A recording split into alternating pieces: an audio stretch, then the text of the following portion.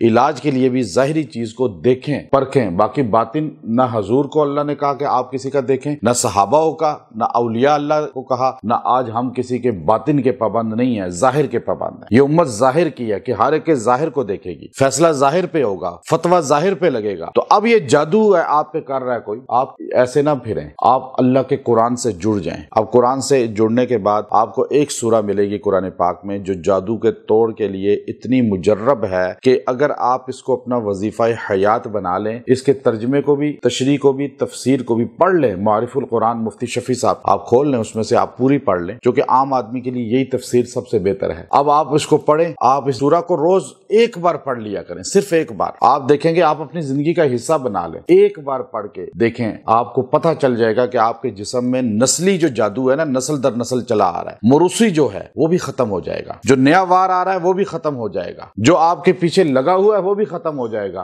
جو نقصان دینا چاہتا ہے وہ بھی آپ کو نقصان نہیں دے پہنچائے گا، اگر آپ کو کوئی کھلا رہا ہے تو وہ بھی اثر اندر سے نکل جائے گا۔ اس سورہ کی تاثیر، سورہ کون سی ہے؟ 30واں پارہ، سورہ بروج، والسماء ذات البروج والیوم الموعود وشاہد ومشہود۔ اب یہ آیتیں اتنی جامع ہیں، اگر میں ان کی تشریح کروں تو آپ حیران رہ جائیں گے۔ اللہ نے ان کے اندر وہ تاثیر رکھی ہے، والسماء آسمان کی اللہ نے قسم کھائی، بروج برجوں والا ہے جو اللہ قسم کھا کے کہہ رہا ہے۔ اللہ کو جو قسمیں قرآن میں ہے نا اللہ کی، آپ ان میں بڑی طاقت ہے، ہیبت ہے، میں اس پر الگ انشاءاللہ بتاؤں گا۔ اچھا اب یہاں دیکھیں والسماء ذات البروج والیوم الموعود، وہ قیامت کے دن کی قسم اللہ کھا رہے ہیں۔ یہ جتنے جادوگر ہیں، جتنے ساحر ہیں، جتنے جنات ہیں، کوئی بھی مذہب مسلک کا ہے، جائے گا کہاں؟ ادھر ہی جائے گا قیامت کے دن۔ وشاہد ومشہود، یہاں شاہد اور مشہود ابن عباس فرماتے ہیں رضی اللہ تعالیٰ عنہ کہ اللہ تعالیٰ نے جمعہ کے دن کی اور عرفہ کے دن کی قسم کھائی ہے، چونکہ حضور علیہ السلام پہ جب دین مکمل ہوا، دن بھی جمعہ کا تھا اور 9 ذی الحجہ تھی، اللہ یہاں دونوں کو جوڑ دیا نا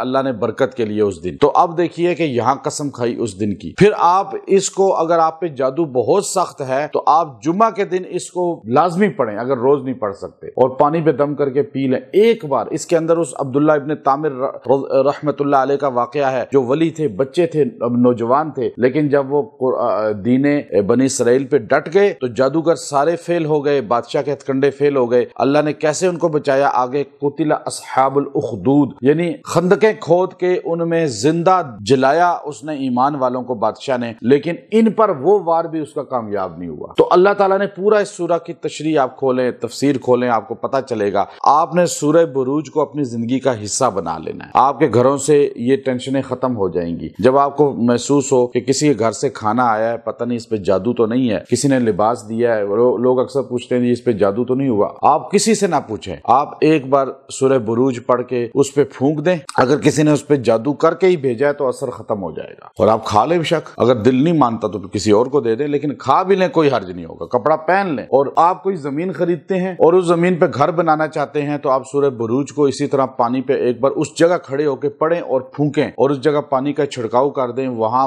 کوئی جن، کوئی بھی چیز ہے ایسی موذی، وہ وہاں سے فرار ہو جائے گی۔ اس کے بعد آپ ایک دن کے بعد جو ہے وہاں بنیادیں کھودیں اور گھر بنا لیں، آپ کے گھر میں کبھی نہیں کوئی کہے گا جی جن ہے یہاں، اور آپ روز یہ پڑھنے والا ہوگا، آپ پہ حملہ کسی کا کاریگر نہیں ہوگا۔ تو یہ اپنے بچوں کو، اپنی عورتوں کو، اپنے گھروں کے اندر اس کو سب کو بتائیں۔ سورہ بروج چھوٹی سی ہے، زبانی حفظ کر لیں، اس کی تشریح کو پڑھیں، تفسیر کو پڑھیں، آپ کو اس کی طاقت ہیبت کا پتہ چلے گا، اور انشاءاللہ آپ کو خود اتنی طاقت اللہ دے دے گا کہ آپ اپنے نظر بد اور جادو کو، جنات کے وار کو خود بھی روک سکتے ہیں۔ یہ جو ہے نا، یہ جنہ، اسے جنہ بھی کہتے ہیں، جنہ کہتے ہیں جو ڈھال ہوتی ہے نا، جو پہنتے ہیں لوگ، یا خول، یہ جو جیکٹ پہنتے ہیں لوہے کی، اور وہ تیر کو، نیزے کو روکتی ہے، یہ جادو کو روکنے والی صورت ہے، اسے آپ سمجھ لیں جنہ ہے یہ آپ کے لیے۔ اللہ اس کی برکت سے آپ سے ہر پریشانی دور کرے گا۔ اب اس کی مقدار کوئی نہیں ہے، دن کوئی نہیں متعین، آپ چاہیں روز پڑھیں، چاہے ہفتے میں ایک بار پڑھیں، یہ آپ کی مرضی ہے، فائدہ آپ کو ہوگا۔ کتنی تعداد پڑھیں؟ ایک تعداد ایک بار تو